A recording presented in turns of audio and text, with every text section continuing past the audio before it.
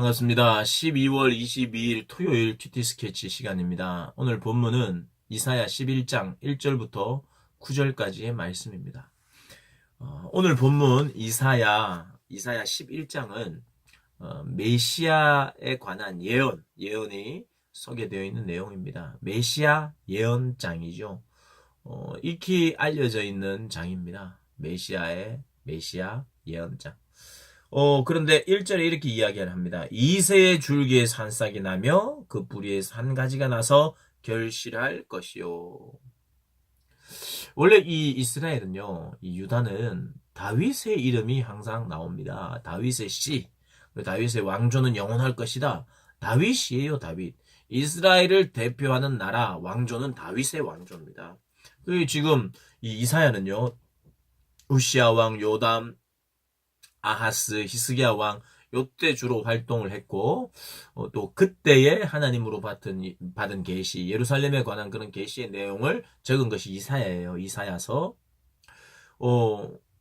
이 왕들이 이렇게 바뀌면서 선지자 활동을 해가면서 그가 미래를 볼 때에 그리고 현재 나라를 볼 때에 모든 백성이 이야기하는 것처럼 다윗의 왕조, 다윗 크고 웅장하고 힘이 있고 뭔가는 영웅 같은 존재죠. 다윗.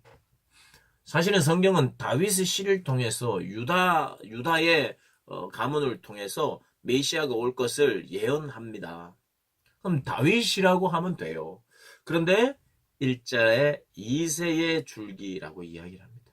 왜 이렇게 이야기를 하느냐면 왕들을 섬기면서 또 왕들에게 하나님의 말씀을 전하고 또 죄를 지적하고 외교 관계에 대해서도 아수르와 동맹을 맺으면 안 된다라고 또 권면하고 하나님의 말씀을 전하는데 왕들이 순종할 때도 있지만 불순종하고 교만해질 때도 있어요.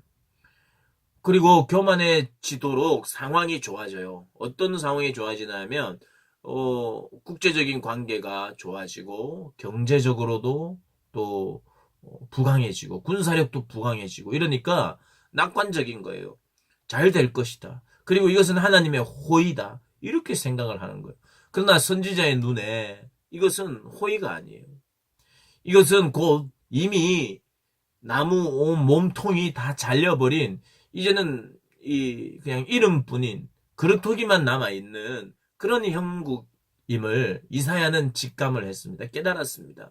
그리고 실제로 남들이 다 잘 된다고 생각할 때도 문제를 직시했고 점점점 망해가는 것을 보면서도 안타까워했던 그 사람이 바로 이사야 선지자입니다. 이사야 선지자는 오늘 다윗을 이야기하지 않고 이새의 씨에서 나온다라고 이야기를 했습니다. 다윗은 크고 다윗은 뭔가 성공적인 의미라면 이새는 보잘것없는 사람입니다. 이새의 집안 보잘것없어요. 그리고 역시 이새의 아들 하면 보잘것없는 사람입니다. 이새의 아들 때가 어땠습니까? 사무엘상에 보면 8번째 아들로서 7번째 어떤 면에서 숫자로는 완전수 7 안에 들어가지 않는 사람입니다. 10회 되는 숫자고 또 특별한 행사가 사무엘이 와서 특별한 행사가 진행되는 사무엘이 이제 이새의 집에 가서 이후에 왕이 될 사람을 기름 붓기 위해서 왔어요. 너무나도 특별한 행사죠. 그런데 8번째 아들인 다윗은 그 행사에 참가하지를 않습니다. 참석을 안 시킵니다. 뭐 특별하지 않는 사람이에요. 보잘것없는 사람이 양을 치고 있어야 했던 사람. 그 시대로 그 시절로 다시 돌아가고 있습니다. 이사야가.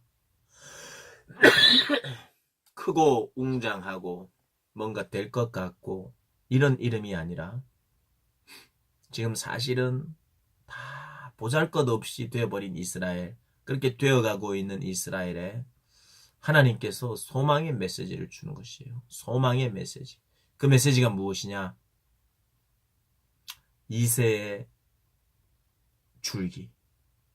보잘것없는 그루터기와 같은 거기에서 이제 줄기에서 한 싹이 나올 것이다.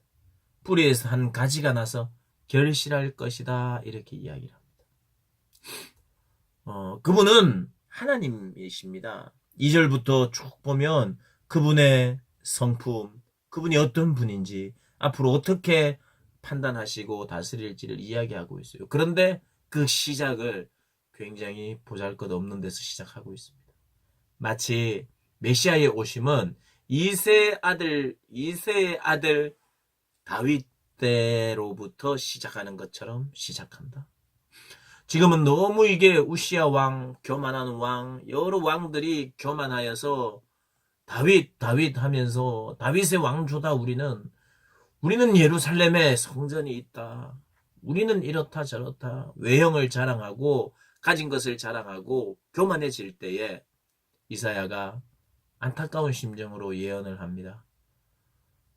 다윗의 왕조에서 씨가 나오는 건 맞다. 그러나 그분 역시도 이세의 아들 다윗처럼 시작했던 것처럼 보잘것없이 우리 오실 메시아도 그렇게 눈에 보이지 않게 또 큼직하게 오신 게 아니라 아기로 오셨고 또 너무나도 작아 보이지만 그러나 확실하게 커질 분이심을 오늘 이사야 11장 1절에 이세의 이름을 등장시킴으로 그것을 설명하고 있습니다.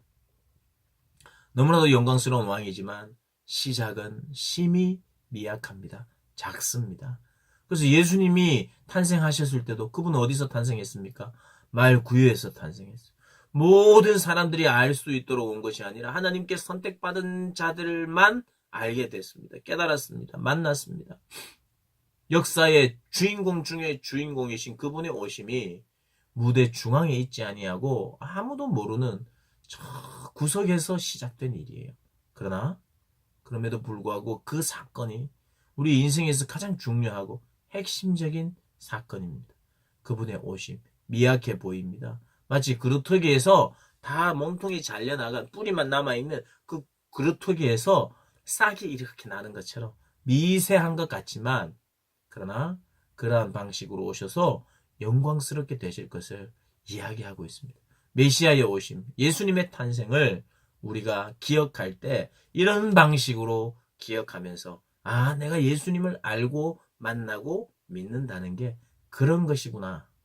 작고 미약한 시작이지만 그분이 결국에는 키우실 것이고 영원하게 할 것이라는 걸 우리가 기억하면서 이제 예수님의 탄생을 우리가 바라보면서 이사야의 예언, 이새의 줄기에서 한 싹이 난다는 거, 그 내용이 무엇인지 우리가 고민하면서 또 묵상하면서 예수님의 오심을 또 기억하고 또 그렇게 우리의 삶 속에 적용하시기를 주님의 이름으로 축복합니다.